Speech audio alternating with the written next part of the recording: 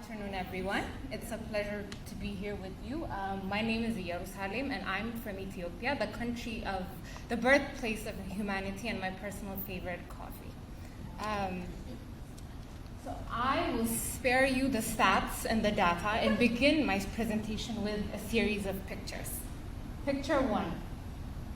Protesters in Egypt, Tunisia, Yemen, and Syria in 2011 in what we now commonly know as the Arab Spring.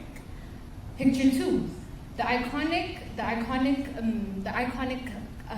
January 6th Capitol riot in DC, where protesters marched across Washington, DC. And the third one, SARS, a picture we've been talking about all day today. And these last set of pictures are from my home country of Ethiopia. The first one, a young man gunned and killed in the middle of the streets for violating curfew during the Tigray conflict. The second one, a very popular social media post that is going on Facebook right now calling for the end of ethnic killing of Amharas.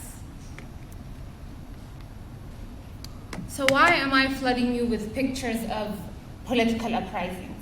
Well, while these pictures and these events occurred under different circumstances and on different time spans, starting from 2011 to just a couple of weeks ago in Ethiopia, they have one common thread that ties them together. And it's the power of social media and social media-based mobilizations and the impact it had in bringing about these events either directly or indirectly. Take, for instance, the Arab Spring. While the protests did not start online, it was actually, once they erupted, it was actually online sources such as Twitter and Facebook that were used to mobilize and sustain the protest. Take again January 6th. It was rapid misinformation on Twitter regarding the elections and provoking tweets by the former President Trump that led to that historic moment. And at the height of the SARS movement, the hashtag had over 30 million tweets in 48 hours. So I'm saying this to say that social media and social media-based and the massive data generated on social media is simply unmatched in its ability to create and to drive political campaigns and movements. And not just political and civic engagements. The spillover is large. It's affecting businesses and our way of market. So let's put it all together. If you've been following me, you'll note that I have yet to discuss the last two pictures from my country. In 2011, a former Facebook employee leaked a series of documents.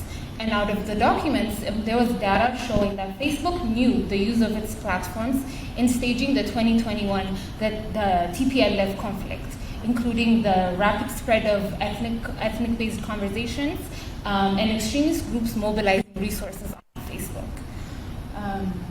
That picture of the young man you see on the floor is the actualization of the tensions online. The signs were online. And just a couple of weeks ago, as we were celebrating July 4th on Thomas Jefferson's home, 1,000 ethnic Amharas in my home country were being brutally murdered. And the signs again were there. There was increased circulation of ethnic-based tensions on Facebook, on Twitter, and on Telegram. If the Facebook leaks are any indications, big tech doesn't care. It's unable for the lack of narrative, contextual knowledge, and also the limitation of its fancy global AI systems. It's also unwilling for the lack of financial motivation to predict, flag, and prevent political upheavals in poor countries like my home. And that is why I want to build Addis Data Hub, a resident lab that studies, that predicts, and that flags emerging political trends and opinions online. It also uses its evidence-based policies to design the likes of SARS, mass-scale historic movements. The lab is built on a firm belief on the power of data and its ability to tell an unbiased story.